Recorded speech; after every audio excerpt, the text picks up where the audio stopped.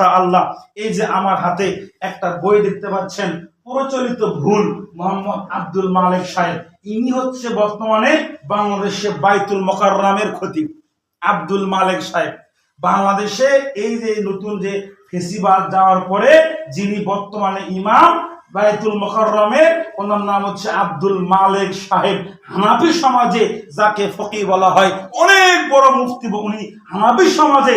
তার সমাজ পর্যায়ে দাঁড়ানোর মতো এখন পর্যন্ত কোনো আলেম, কোনো মুফতি মুহাদ্দিস এখন পর্যন্ত হয় নাই। তিনি কে? তিনি হচ্ছে মুফতি আব্দুল মালেক সাহেব। তার প্রচলিত ভুল সমাজের মধ্যে তিনি এই বইয়ের মধ্যে উল্লেখ করেছেন যে মানুষ সমাজের মধ্যে দেখা যায় যে জিকির আজকারকে ভুলে গিয়ে মানুষ বাংলা নিয়ম অনুযায়ী যে ফরজ সালাতের পরে সম্মিলিত মোনাজাত করেছেন, এটা রাসূল সাল্লাল্লাহু আলাইহি ওয়াসাল্লামের যুগে ছিল না। এগুলো বর্জন করা উচিত, তিনি তার বইয়ের মধ্যে উল্লেখ করেছেন। কিন্তু আমরা এই বইগুলো বাংলাতে আছে, আপনারা চাইলে দেখতে পারেন। তারপরে আপনারা জানেন যে বাংলাদেশে একজন অনেক বড় সুনামধন্য আলেম ছিল, যার নাম আবু তাহের বর্ধমানী। এই যে রংপুর দিনাজপুরে বাড়ি, আবু তাহের বর্ধমানী অনেক যুক্তিবাদী একজন আলেম ছিল।